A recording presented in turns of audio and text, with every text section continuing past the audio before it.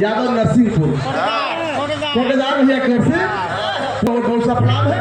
साथ में सब भैया लोग के नमस्कार प्रणाम है। अरे भाई सब यही तो कि यहाँ कोनो जरूरत पर ना हम 200 पुरस्कार बहुत सा प्रणाम। साथ में सब भैया लोग के नमस्कार।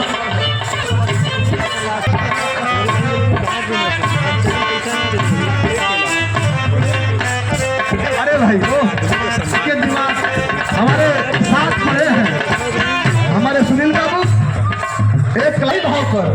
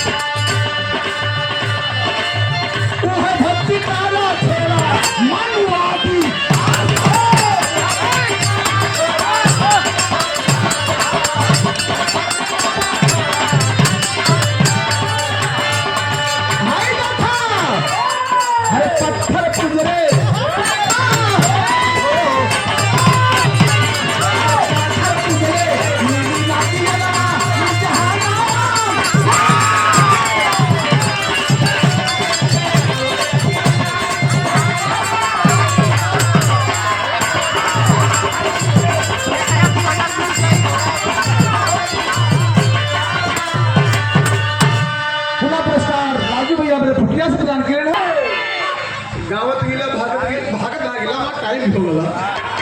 किसी का उपहास नहीं करना चाहिए। गावत गिला अरे गा के कम से कम रुका। हम जब पूरे के समय देली है टूटल हरि गणेश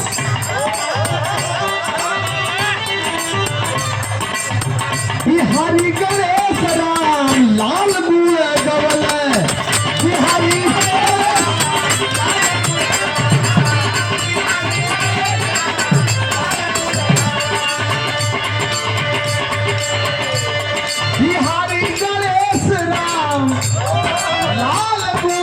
चंद्रिका चरनिया के रामदेव पवन चंद्रिका चरनिया के रामदेव।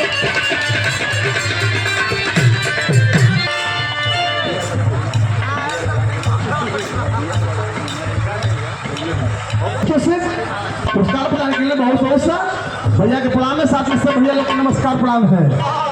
बिहारी गणेश राम लाल गुण गवल चंद्रिका चरनिया के रामदेव पवल यही लहरी संग पी योगी कै कथनवा अरे जहाँ